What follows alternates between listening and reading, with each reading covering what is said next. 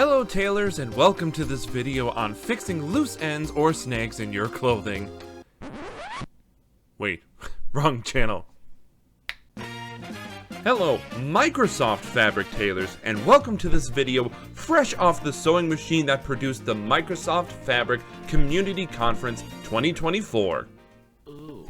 Hi there, it's me with another reaction video on fashion.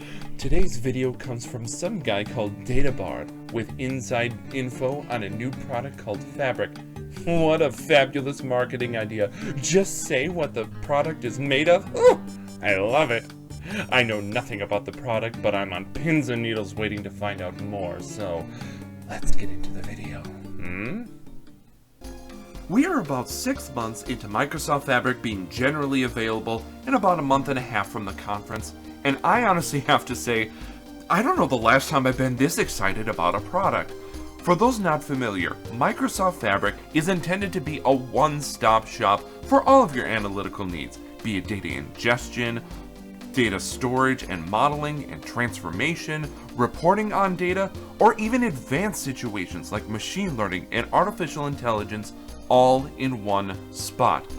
I could talk for weeks about all the exciting things I learned at conference, but I want to keep this video short, so I'm going to give you my top 5 favorite features of Fabric for now, because this product is evolving quickly, and by this time next year, this top 5 will likely change drastically.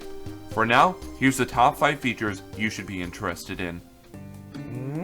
Alliteration? It speaks to my very soul, even if it is a little tacky.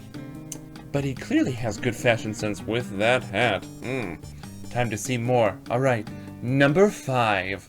Now this shouldn't come as a surprise, but the topic of copilots was prevalent at the conference. Specifically, how is Fabric going to be supported by copilots? The response is, there's going to be pretty significant support depending on the part of Fabric you're using. Things like notebooks and data flows will get some pretty extensive Copilot support. And this is fantastic, and this would be my top feature on this list if it weren't for one factor. As of this moment, Copilot support is exclusive to F64 SKUs or higher, which is the equivalent of Power BI capacity SKUs.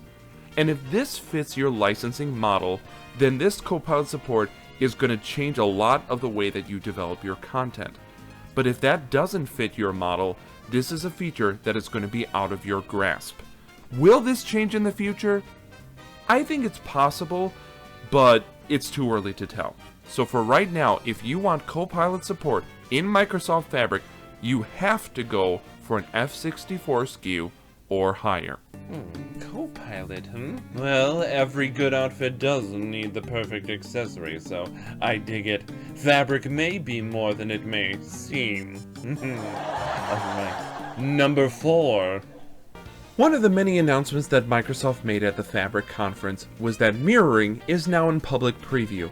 Like when you've seen mirroring before, the idea is to take data from an operational environment and replicate it into your analytical environment in real time. One particular component of the mirroring that is especially nice is that I can pick and choose the specific tables I want to pull over. So if there are tables that are not relevant, or I don't want to touch them because it might negatively impact application performance, I have the choice to unselect them in my mirroring solution. This allows me as an engineer to focus on the bigger issues of transforming data and preparing it for analysis. Again, would be higher on my list, but 2 reasons it's not higher up. In the current preview, Fabric mirroring only supports Microsoft Data Solutions and Snowflake. And secondly, you have to have your network security settings fairly light to allow mirroring to work with Fabric. This is something I expect to change significantly within the next year, as they already have shared in their roadmap more sources being readily available and better network security options. So expect this to go up on my list by this time next year. See this here. Any fashion expert knows the importance of mirrors. That is how you get this sort of image. Don't fabricate, just appreciate what you've got before you walk out the door. As I always say, Fierce and feisty. Rawr! Alright, number 3. In the current era of AI and advanced analytics, data governance is more crucial than ever. So what does data governance look like in Microsoft Fabric? Well, Microsoft answered this question with some of the graphics they showed of the Fabric architecture, the ones that often showed one lake as the basis for Fabric. In some versions, they added 2 extra items to that base: AI or Copilot capabilities, and Purview, which is Microsoft's product for data governance and data protection. I mean, I went into conference knowing that Purview and Fabric were going to have some integrations, and Purview's been an okay product. It hasn't been great, but it's been okay in the governance space. But when I saw the demos of what Purview can do now with its recent updates, the fact that you can define multiple layers of definitions of your data, including business domain level information, that it can sync into your systems and enforce rules, the large language model supports that you'll get, that everything you do in Purview will get trained into large language models for your users to use. This is a fantastic vision. And if they deliver on this, this product is going to be significantly different in the next year for the better. So if you have not taken a look at Purview and you're interested in Fabric, take a look at it. The governance capabilities will surprise you. This fabric has so many layers, great for those fall days of fabulous fashion. See, I can do alliteration too. Number 2. As I mentioned last time at this camera angle, one of the things you might run into is the fact that Copilot support is only limited to specific SKUs. Might put a wrinkle in your Fabric implementation. So what are your options? One thing you can implement instead for specifically Fabric notebooks is something called Data Wrangler. Check out some demos if you haven't heard anything about that yet. I'll do some demos on this channel later on. But the idea behind it is, think of like Power Query, but for notebooks. So you load up a data frame, you get some initial data up and running, and then you get Data Wrangler going, and it gives you a whole bunch of different things that you can do with that data set. Things like filtering, calculated fields, filtering out specific records, a lot of different scenarios. The best part of it, once you get that working, it generates Python code for you today, and in Preview supports generating Spark code that then works on that data as well. So regardless of your situation, I think this is going to be a great tool. Or for analytical scenarios or data scientists trying to profile data, this is going to be great. Production implementations, probably not so much since it's just interacting with data frames, but I think that the best potential for Data Wrangler is really teaching people how to use a language like PySpark. To fully utilize the compute capabilities in Fabric, code is going to be able to do it better.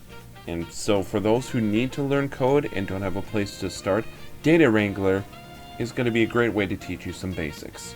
Being more available than a Copilot in Fabric for notebook development, in my mind, that puts it higher on my list. But we'll see what changes in the next year. Maybe they'll flip-flop. I don't know. Time will tell. And finally, my favorite feature of Fabric is, although it's technically not a feature of Fabric, but it is the community involvement. Fabric is clearly a work in progress, but it's evolving faster than a bolt of fabric. Honey, leave the fashion puns to me.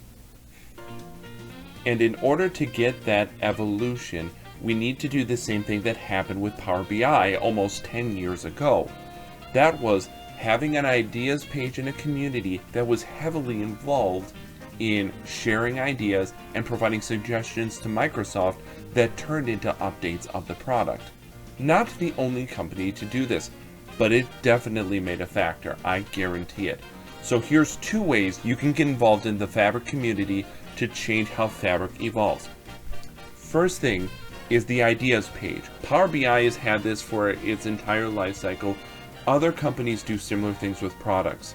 It's a place to go, and if you have an idea that you think would benefit the fabric product, go out to this place, suggest it.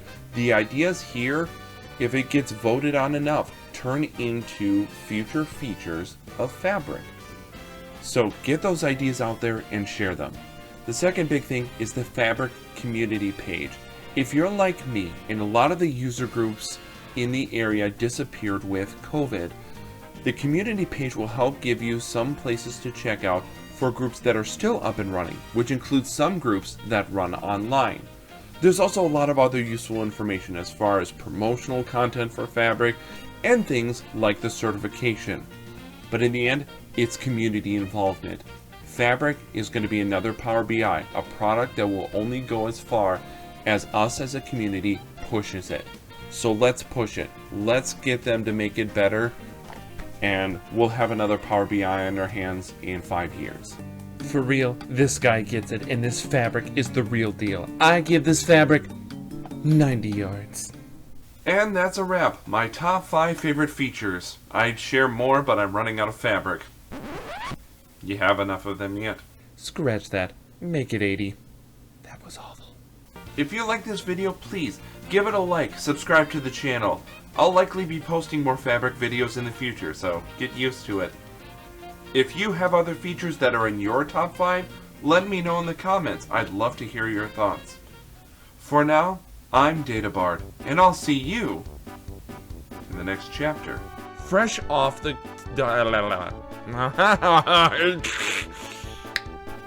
See, I knew this whole fabric thing would be feisty. It even needs its own Wrangler. Feisty, feisty.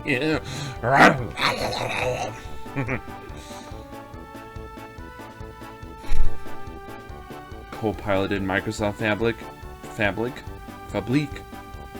Welcome to the Fabric. I mean, who doesn't like a little feisty, huh? And finally, my favorite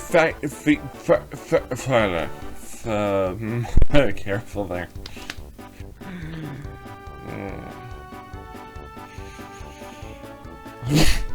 Hairspray.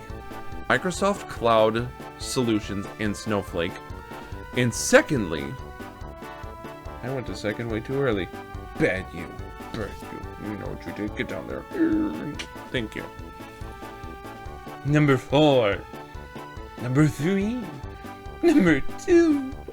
Number 1.